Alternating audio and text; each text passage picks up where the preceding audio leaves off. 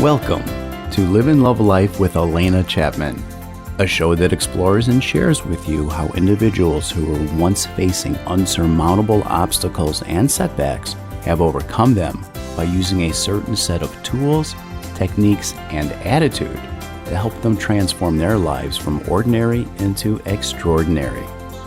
These same tools are shared with you here in this show so you too can lead a life that you love. And now, here's our host, Alena Chapman.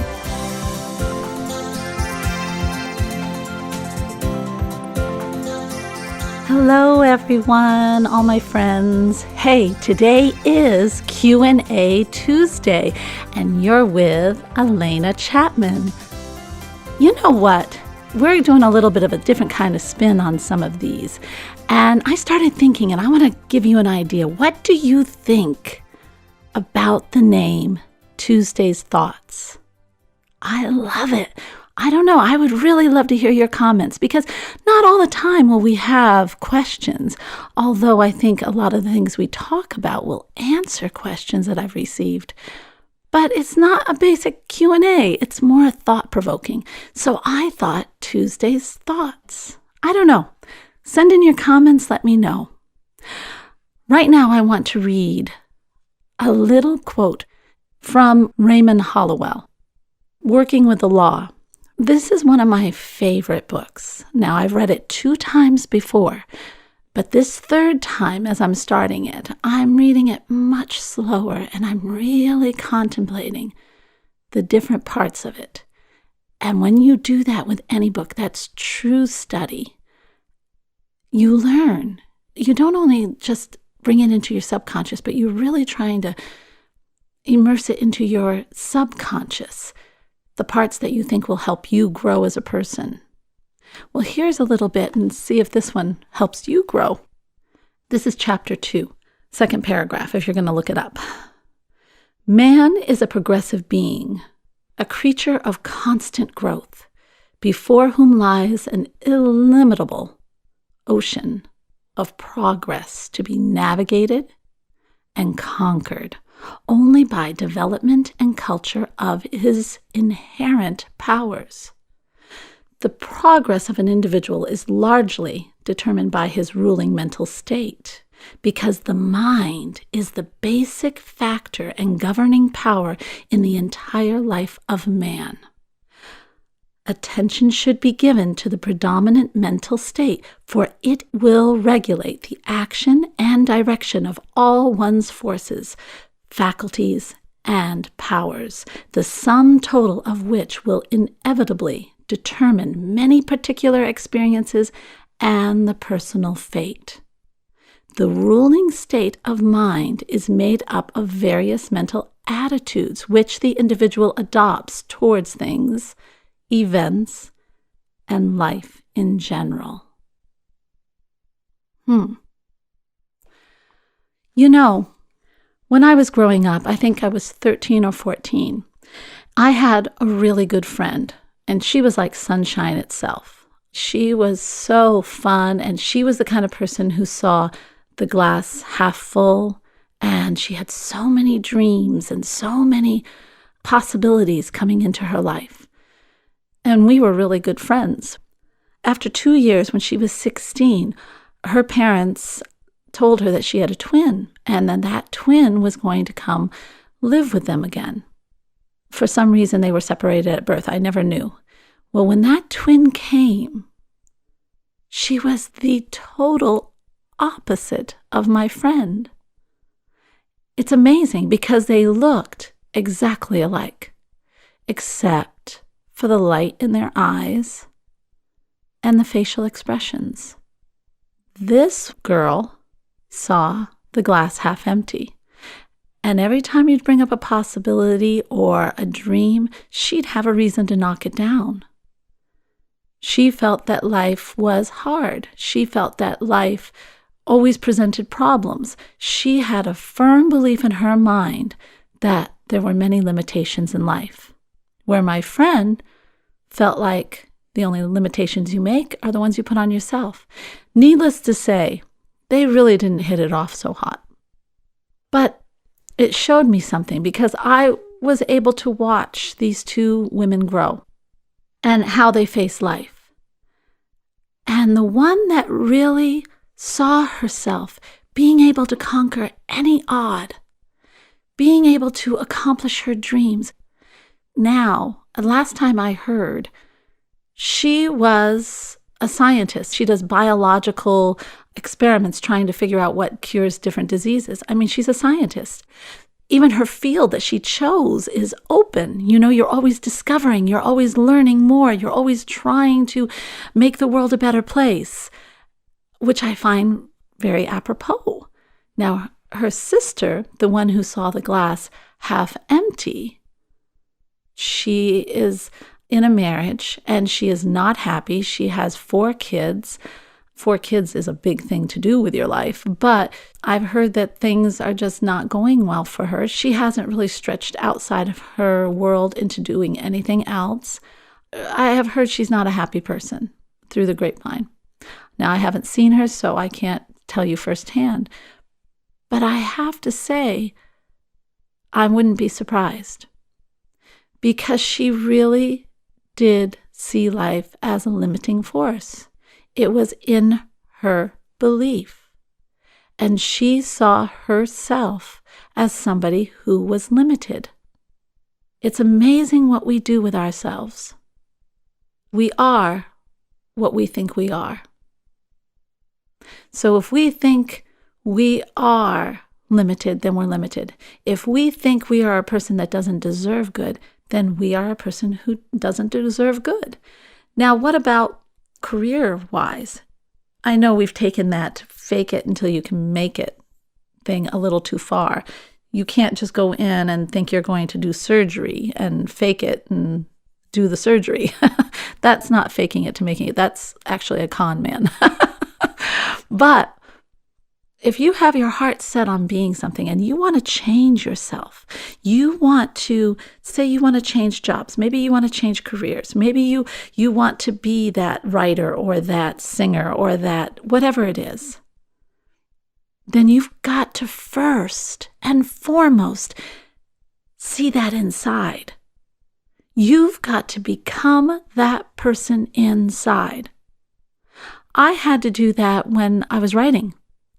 When that author at Starbucks that I was at arguing with my computer, and he was sitting at the other end of the table, said to me, laughing because I was arguing with my computer, said, "Are you writing a book?"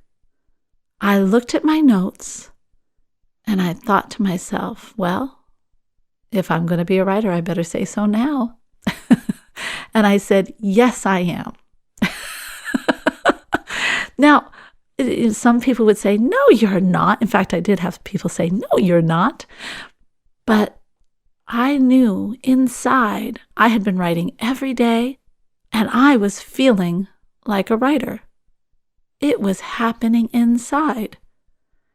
That person at the end of the table who saw me arguing with my computer, what in the name of heaven made him say, "Are you a writer?" I could have been, I don't know, somebody looking up cars on the computer. I could have been playing a game on the computer. What made him think I was a writer? You can think about that. I often have. I don't know, maybe because I was starting to show that side of me. Maybe because so strongly in myself, I knew I was a writer. I was an author because I knew this book was going to make it big. I knew it was going to be an international bestseller. I had become that person inside. That's what we need to do. We need to take down those barriers that keep us in this small box. We need to start thinking outside of that box to the things we love to do. All the things we do with changing the mindset, with gratefulness, valuing yourself, staying away from negativity, all these things, people are taking them apart and they're trying to apply them to their lives singularly. They really work together because what are they doing? They're actually trying to break down the barriers inside yourself that are limiting you. That's what it does. Bring you up on a new vibration. It's all the tools and they work together to change your perception, to change those paradigms, to change and show you who you really, really are. I have a very good friend who does this exercise, and I think I'll share this with you. You might like it, especially if you're on the verge of trying to do something new, but you find you're limiting. This is a very cool exercise.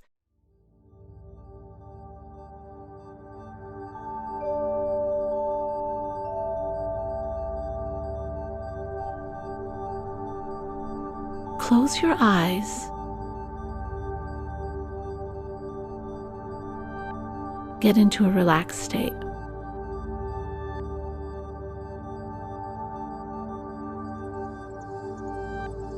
See yourself as who you are. See yourself sitting in front of a mirror and see all the beautiful things about yourself. Your eyes, your hair, your face, your smile, whatever it is.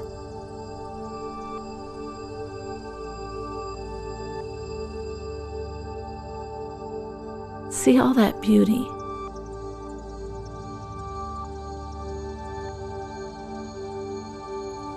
Every single one of us is beautiful.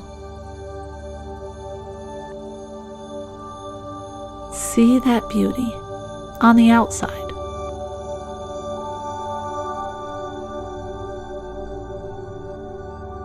Then feel and see all the beauty you are inside.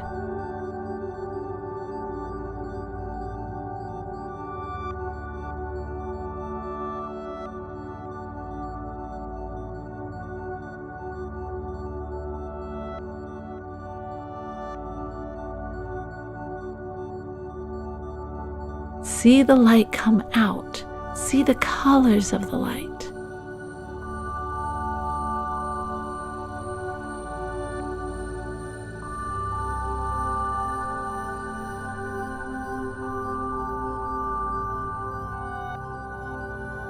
Feel all the beauty you have inside and bring it out where you can see it.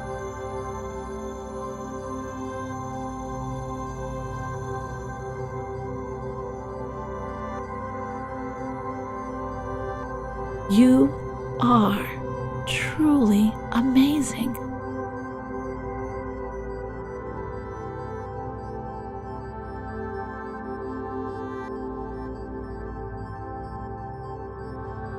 You do not have any barriers.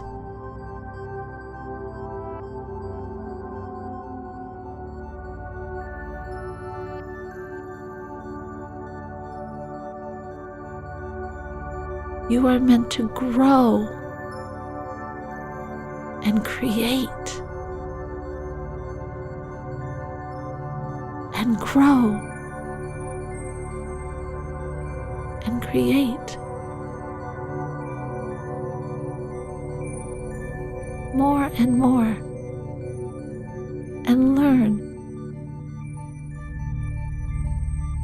There are no limits.